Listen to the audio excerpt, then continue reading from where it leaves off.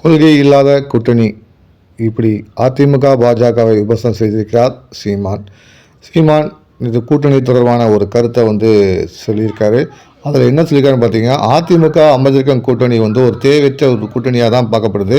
கடந்த நாடாளுமன்ற தேர்தலில் இதே கூட்டணியை பாஜகவுடன் அமைத்திருந்தால் அவர்களுக்கு ஒரு 5 முதல் 10 இடங்கள் கிடைத்திருக்கலாம், மத்திய மந்திரியும் ஆகியிருக்கலாம். ஆனால் இப்போது தமிழகத்தில் முதலமைச்சர் யார் என்ற ஒரு போட்டியில் பாஜகவை அவர்கள் சுமப்பது வீண் சுமை என்று தான் சொல்லியிருக்காரு. வீண் சுமையை அதிமுக சுமக்குது. அதிமுக அணியே ஒரு தேவையற்ற கூட்டணியாக தான் பார்க்கப்படுது, சந்தர்ப்பவாத கூட்டணியாக தான் பார்க்கப்படுது, தேர்தல் கால கூட்டணியாக பார்க்கப்படுது.